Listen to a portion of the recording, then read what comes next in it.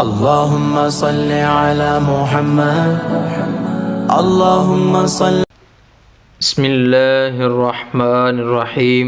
آج ہم انشاءاللہ العزیز سورہ بقرہ کی آیت نمبر 14 اور 15 کی تلاوت اور اس کی تفسیر سنیں گے۔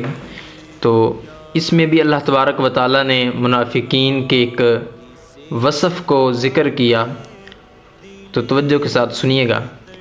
بسم اللہ الرحمن الرحیم۔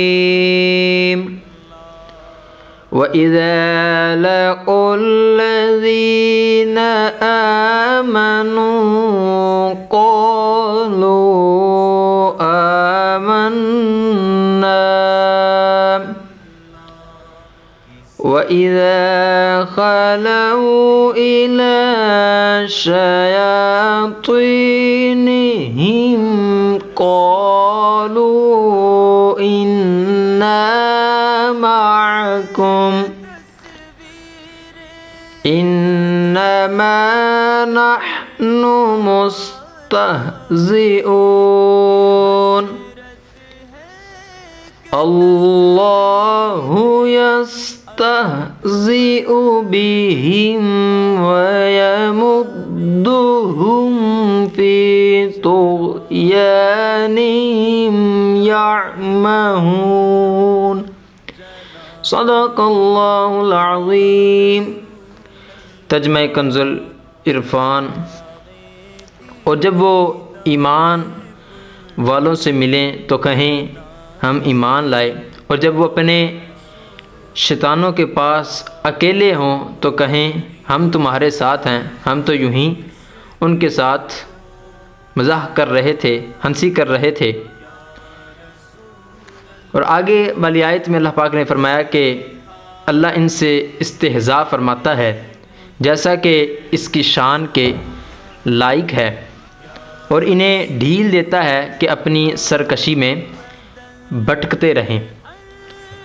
اس آیت مبارکہ کا جو نزول ہے وہ کچھ اس طرح ہے کہ حضرت سیدنا عبداللہ بن عباس رضی اللہ تعالی عنہما فرماتے ہیں کہ یہ آیت مبارکہ عبداللہ بن ابی جو منافقین کا سردار تھا اور ان کے ساتھیوں کے بارے میں نازل ہوئی۔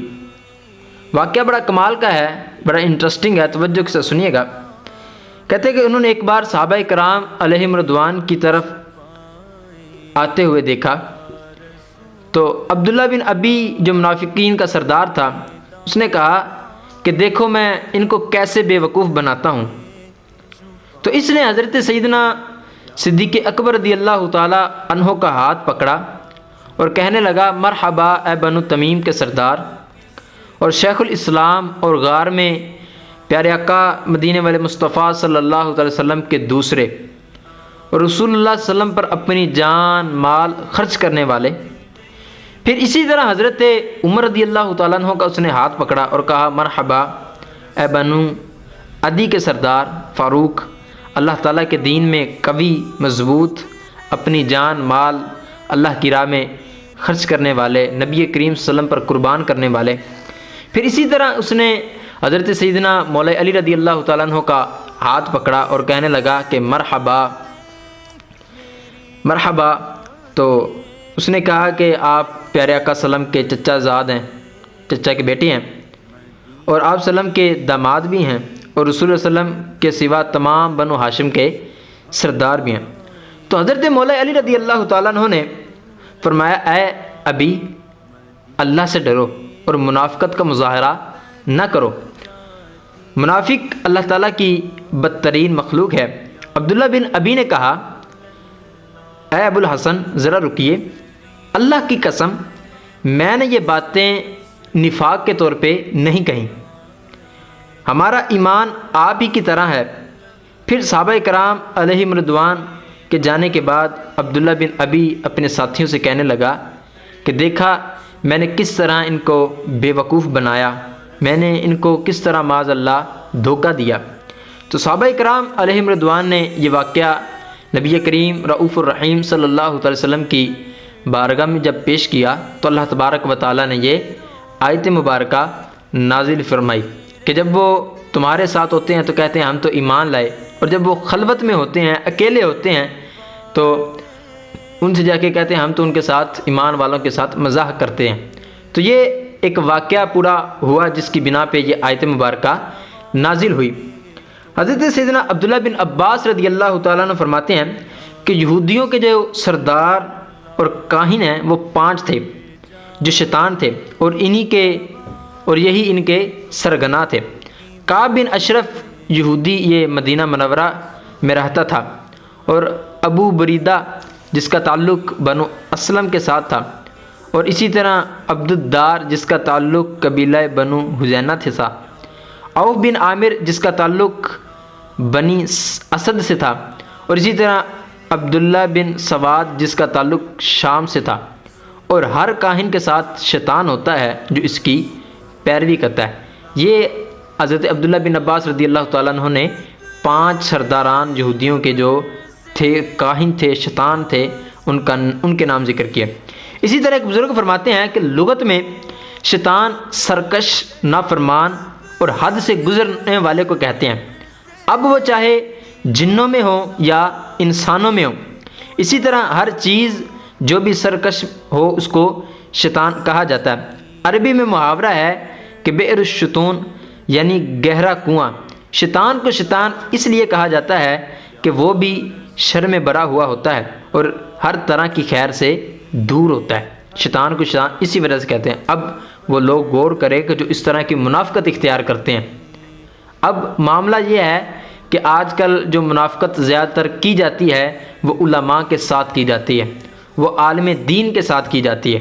اسی طرح آپ فرماتے ہیں، ایک اور بزرگ کا قول ہے، فرماتے ہیں کہ جب وہ آ کر یہ کہتے ہیں کہ ہم تمہارے ساتھ ہیں اور رسول اللہ صلی اللہ علیہ وسلم پر ایمان لائے، تو وہ کہتے ہیں کہ ہم رسول اللہ صلی اللہ علیہ وسلم کے ساتھ استہزاء کرتے ہیں، اور رسول اللہ صلی اللہ علیہ وسلم کے صحابہ کرام کے ساتھ بھی استہزاء کرتے ہیں، کیونکہ ہم ان کے سامنے آ کر اسلام ظاہر کرتے ہیں۔